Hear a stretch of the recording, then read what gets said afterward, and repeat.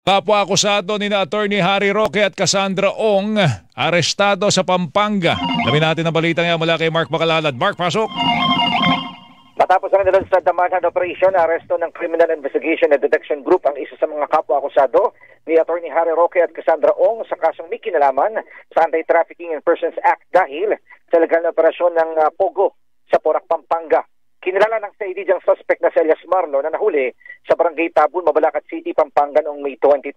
Si Marlo ng operation officer ng security agency na nagbabantay sa Lucky South 99 kung saan naganap ang trafficking na naging dahilan sa paglalabas ng arrest warrant laban sa 51 akusado. Wanted din ito dahil sa 10 counts ng qualified trafficking in persons kung saan walang inirekomendang piyansa ang hukuman. Samantala, nagbabala si CIDG Director Police Major General Nicolas Torre III sa iba pang mga akusado na sumuko na lamang dahil 24/7 na nagtatrabaho ang kanilang binuong tracker team.